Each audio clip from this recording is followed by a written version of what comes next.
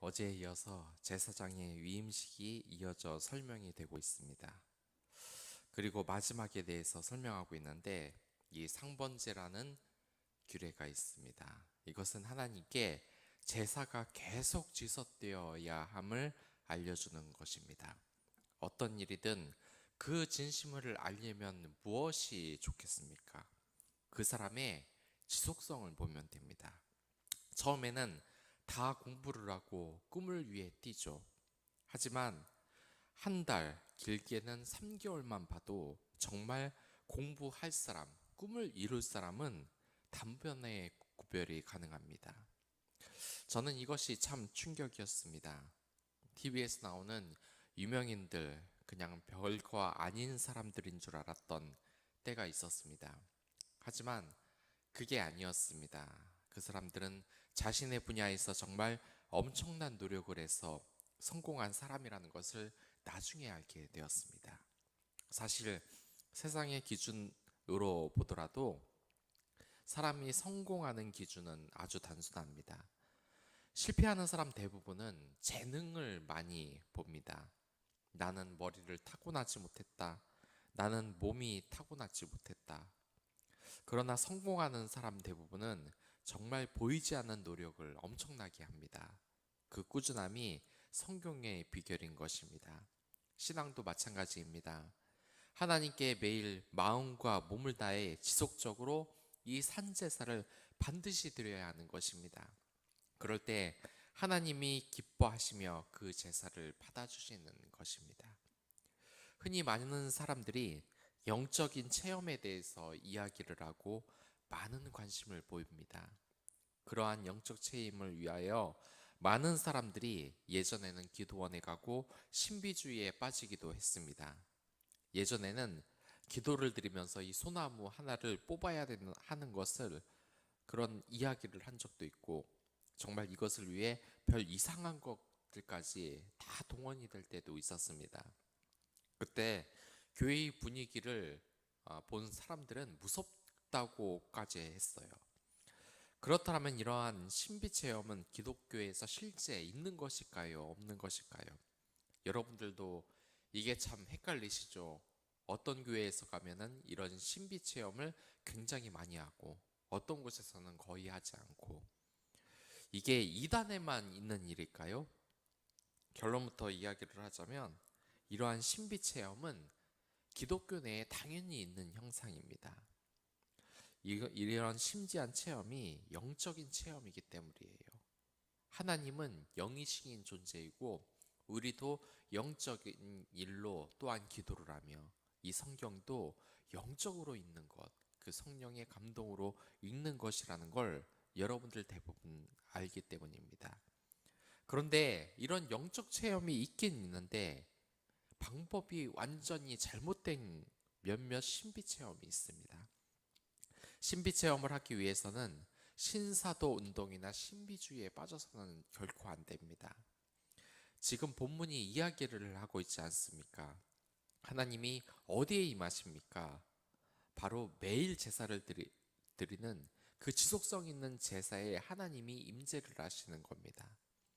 제가 매일 큐티와 기도 생활을 강조하는 것도 그냥 하나님의 성경에 대한 이 지식을 늘리라는 소리가 아닙니다. 그냥 좋은 말씀 읽고 힐링 받으라는 것이 아닙니다. 이래야 하나님이 함께 하심, 그 영적인 체험을 할 수 있는 것입니다. 제가 새벽에 기도하는 방법은 그렇습니다.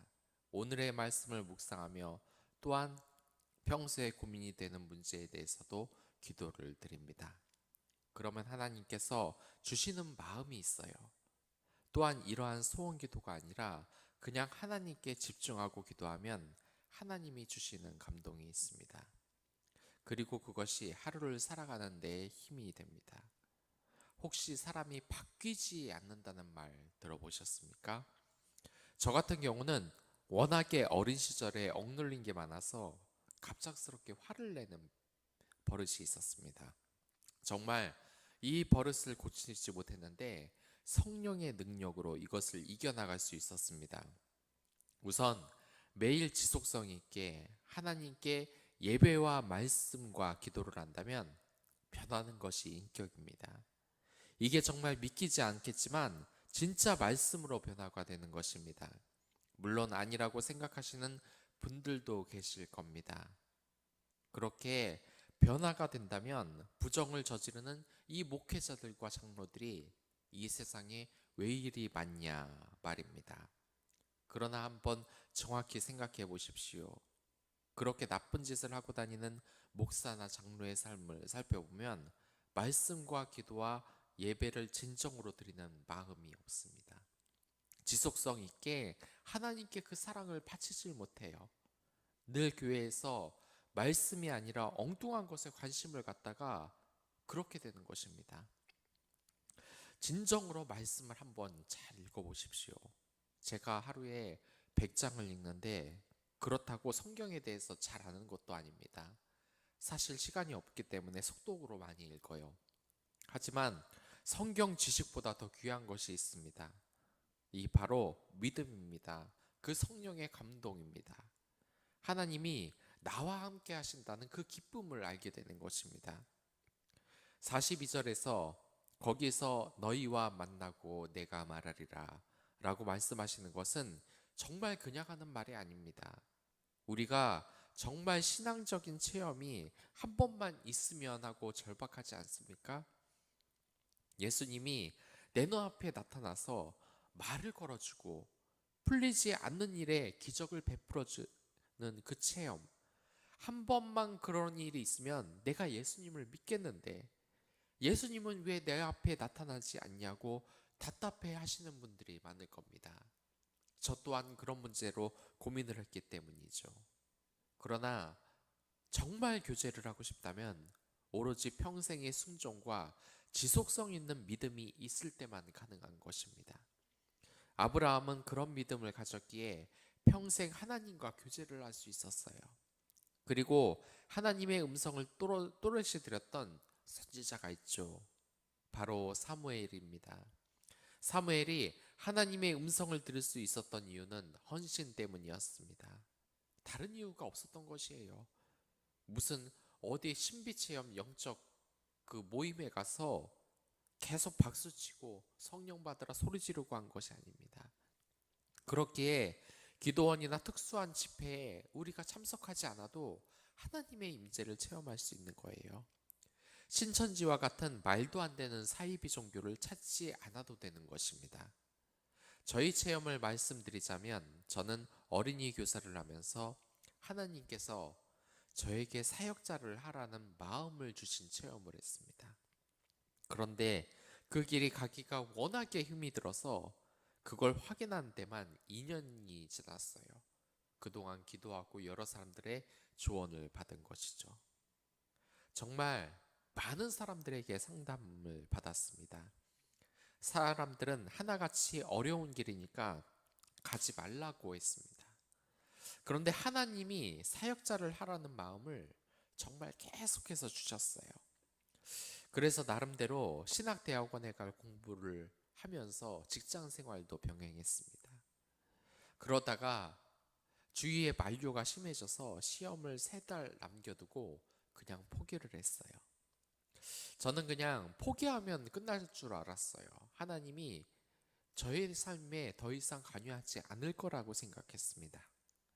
하지만 그게 아니었습니다. 밤에 자꾸 잠에 드는데 심지어 기도할 생각도 안 했는데 하나님이 이 길을 가면 생길 즐거운 일들을 자꾸 저에게 밤마다 보여주시는 거예요. 이 길을 가면 정말 기쁠 것이다. 너는 꼭 이 길을 가야 한다. 정말 잘 만들면 그 장면을 보게 해주시고 가슴을 뛰게 해주시는 겁니다. 그래서 결국 사역자의 길로 들어서게 됐습니다. 이건 여러분들의 삶에도 얼마든지 일어날 수 있는 일입니다. 지금 이 순간에도 영적인 체험을 하는 사람들은 수도 없이 많습니다. 이러한 체험을 한 사람의 특징은 기도원을 찾아간 게 아니에요. 신비 체험을 위하여서 특별한 집회를 찾아간 사람들이 아니라는 겁니다. 오로지 말씀으로 예배로 기도로 신실하게 믿음 생활을 지속한 성도들입니다. 한때 이러한 이야기가 있었습니다. 이건 담임 목사님에게 제가 들었던 이야기인데요. 목사님이 선교사님과 이야기를 할 기회가 있어서 물었습니다. 지금 한국에 있는데 어느 교회에서 출석을 하냐고요. 그러자 이 선교사님이 이렇게 말하는 겁니다. 우리나라에 있는 교회는 다닐 만한 교회가 없기 때문에 난 다니고 있지 않습니다. 목사님이 평소에는 별 말을 안 했을 텐데 이때는 선교사님에게 한마디를 했다고 합니다. 선교사님 참 교만하시다고 말입니다. 네, 맞습니다. 정말 교만한 말입니다. 지금 이 순간에도 한국 교회는 우리나라를 위해, 힘든 이웃을 위해, 가장 중요한 하나님과의 교제를 위해 끊임없이 기도하는 사람들이 많이 있습니다. 이 사람들의 삶이 정말 귀합니다. 그들의 기도가 영적으로 우리나라와 우리를 살리는 것입니다. 이렇게 신실한 믿음을 가진 교회 공동체는 이 세상에 아직 많습니다. 물론 타락한 부분도 많지만 정말 주님을 위하여서 이 사역의 지속성을 가지고 있는 교회가 많아요. 믿지 못하실지 모르지만 정말입니다. 그런데 아직까지 우리 교회는 그런 사람이 없다.